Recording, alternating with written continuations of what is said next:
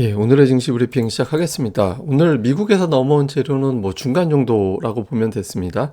뉴욕연은 기대 인플레이션이 올라갔잖아요. 그래서 물가가 생각보다 안 잡히는데 이런 것들 좀 부담이 되고, 그러니까 미국의 국채 금리도 또 올라가 버렸거든요. 그러다 보니까 5월에 아무래도 금리 인상 할 것 같다. 한 70% 정도 확률로 할 것 같은데 일단 그게 마지막이 될 것 같다. 이런 쪽으로 이제 분위기가 만들어졌죠. 근데 어쨌든 미국이 생각보다 이제 인플레이션이 안 꺾일지도 몰라 이런 걱정을 하게 된 건 CPI 앞두고서 좀 긴장감을 높이는 그런 대목이었거든요. 근데 우리 입장에서는 이런 지표보다 반도체주가 강하게 움직이면 우리가 좀 반응하기 쉬운 유리한 그런 환경이 만들어지잖아요.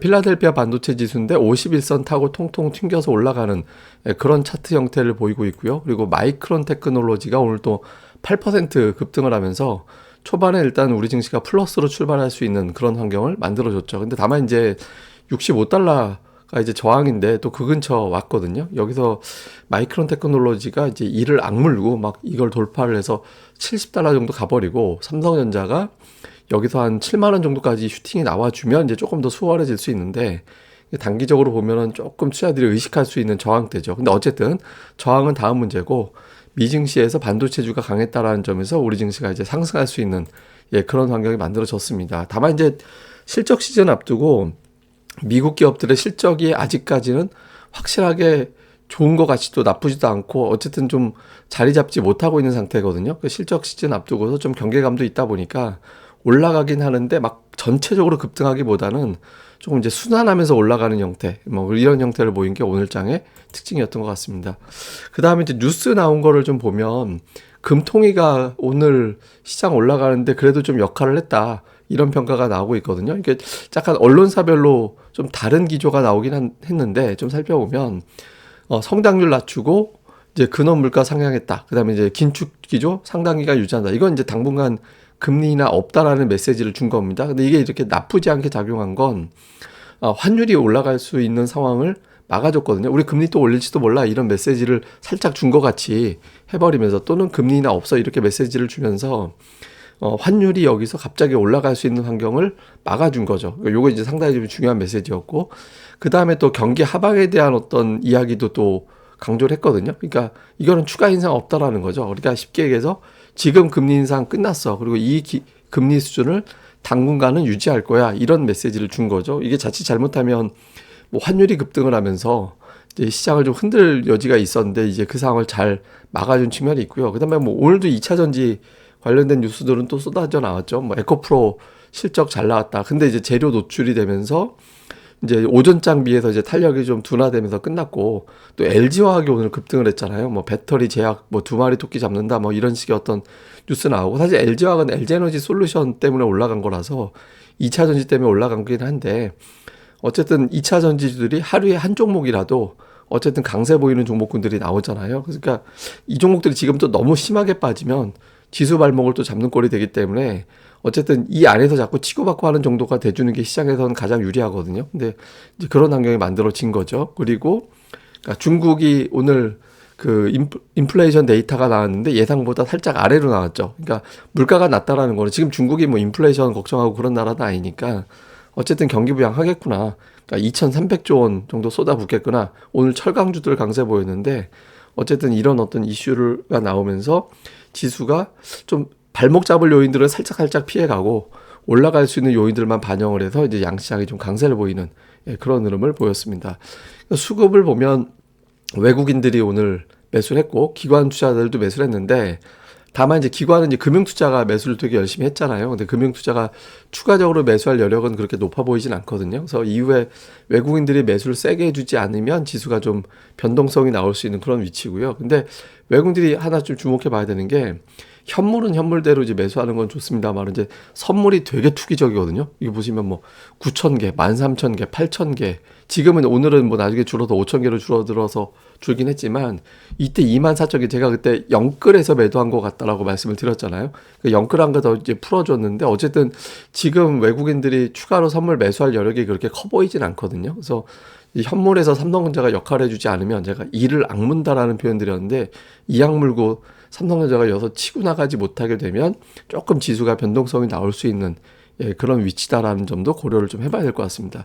매매 종목을 보면 오늘 외국인들은 되게 괜찮게 했어요. 왜냐면 제가 늘 말씀드리는 게 시가총액 탑 10에서 7개 정도가 오른쪽에 가 있으면 좋은 거다라고 말씀을 드리는데 오른쪽에 가 있었거든요. 오늘 포스코홀딩스나 뭐 이 정도를 LG화학 정도를 제외하고는 오른쪽에 시가총액 상위 종목이 들어가 있었죠. 그러니까 대형주를 고르게 담는 예, 그런 모습을 보인 거는 일단 긍정적. 근데 이게 이제 지속성이 있으면 좋은데 어떻게 될지는 좀 봐야죠.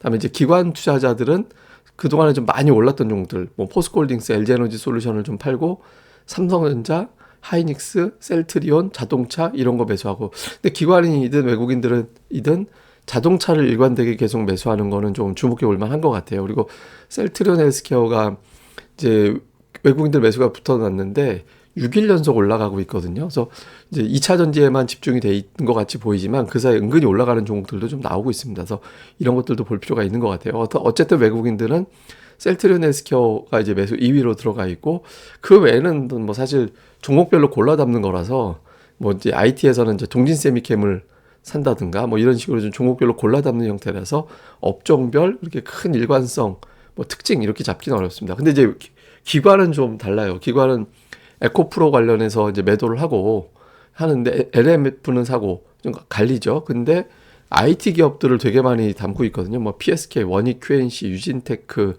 주성 엔지니어링, 이오테크닉스, 뭐 심텍, 뭐 유니셈, 하나마이크론까지. 그러니까 약간 이쪽을 좀 빌드업을 하는 건가 이렇게 느껴질 정도로 좀 매수가 들어오고 있거든요. 그래서 이쪽 관련주들이 일관성 있게 움직일 수 있는지 뭐 계속해서 좀 주목을 해볼 필요는 있는 것 같습니다.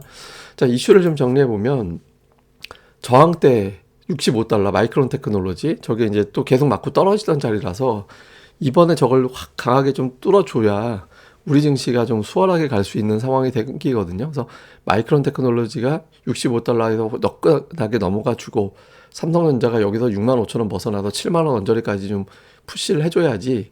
그렇지 않다면 여기서 조금 한동안 또 뱅뱅 맴돌 수 있기 때문에 요 위치 되게 중요하고요.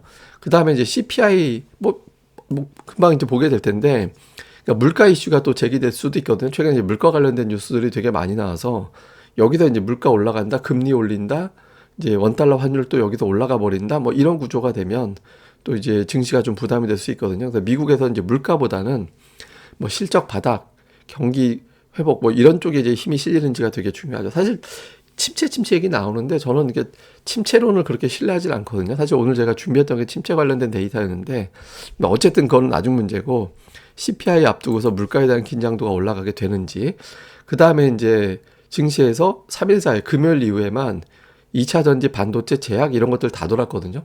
여기서 이제 철강도 강했고 자동차도 강했습니다. 근데 여기서 이제 한 바퀴씩 다 돌았는데 이게 계속 돌기만 하지는 않을 거예요. 그러니까 어느 순간 다시 이제 주도주로 한 2억 개 정도가 여기서 압축돼서 올라갈 확률이 높거든요. 그래서 좀 수급의 일관성이 보이는 게 이 중에 뭐가 될 거냐. 이 외에도 뭐 자동차라든가 철강이라든가 이런 것들도 다 포함이 되죠. 그래서 그 중에서 수급의 일관성을 보이는 게 어떤 게 되는지 이것도 좀 볼 필요가 있습니다. 오늘 뭐 특징주는 따로 언급드릴 필요는 없는 것 같고요. 그리고 이제 요 좀 주의 깊게 봐야 되는 게 시가총액 구도인데요. 코스피에서 시가총액 이제 이 세 종목, 그러니까 2차 전지 재료를 움직이는 세 종목의 시가총액이 250조가 넘어가 버렸습니다. 삼성전자가 지금 시가총액이 390조 원이거든요. 이 종목이 250조 원이 돼버리니까 그러니까 지수의 영향력이 커져 버렸어요. 다음에 코스닥 쪽으로 놓고 보면 이제 1, 2, 3위 종목들을 보면 시가총액이 60조가 돼버렸습니다. 60조 원 정도 돼버렸고 시총의 비중의 합도 지금을 보면 거의 14%가 돼버렸거든요. 삼성전자 시가총액 비중이 코스피에서 19%가 넘는데 코스닥에서 2차 전지 관련된 종목군들의 시총 비중이 14%. 그러니까 이게 지금 왜 이걸 보여드리냐면 얘네들이 여기서부터 지금 변동성이 커지는데 아랫방향으로 만약에 변동성이 나오게 되면 다른 종목이 얼른 가서 이걸 채우지 못하면 시장이 지수가 밀려버리면 좀 못 견디는 상황이 생길 수도 있거든요. 그래서 이거를 이제 얘네들이 그냥 이 안에서 뱅뱅뱅 치고받고 하면서 이 안에서 순환이 돌던가 아니면 어쨌든 발목 잡지 않는 상황이 만들어져야 됩니다. 그러니까 이걸 또 보완할 수 있는 다른 종목군들, 그러니까 이게 순환이 돌든가 해서 이제 좀 다른 종목군들이 좀 보충해주지 않으면 그러니까 이 종목들이 오르지 않았을 때 빠졌을 때 좀 골치 아픈 상황이 만들어질 수도 있거든요. 그래서 좀 대안주들 다른 종목군들이 어느 정도 좀 채워주는지 이것도 중요하고요. 제가 이 말씀드린 이유는 뭐냐면 지금 ADR이 110 넘어갔거든요. 아직은 여유가 좀 있죠. 한 10 정도 여유가 있긴 하지만 이제 우리가 이제 미리 또 이것도 챙겨볼 필요가 있잖아요. 뭐 최근 들어서는 120이 아니라 이제 130이 상단이 되긴 했는데 어쨌든 여기서 며칠만 더 올라가 버리면 종목들 차별화 장세가 또 시작되는 그런 구간이 나올 수도 있어서 여기서부터는 이제 슬슬 이제 수급이 집중되는 종목군들이 뭐가 되는지 좀 차별화 시즌 2를 또 준비해야 되니까 이제 그런 것들도 잘 챙겨보시는 게 지금 시점에서는 중요할 것 같습니다. 예, 뭐 또 제가 추가적으로 나오는 게 있으면 사실 오늘 제가 약세장 뭐 배팅 이야기를 좀 하려고 했는데 요건 제가 이제 내일로 미루고 다음에 다시 또 설명드리도록 하겠습니다. 예, 그럼 또 하루 잘 보내시고요. 저는 또 다음에 뵙겠습니다. 이 방송 구독하기, 예, 그리고 이제 좋아요 꼭 좀 부탁드리고요. 그리고 네이버에서 고릴라 리서치 검색해 주시면 또 오셔서 많은 데이터 자료들 보실 수 있으니까 고릴라 리서치 많이 와주시고 또 가입 안내도 많이 참고 부탁드리겠습니다. 감사합니다.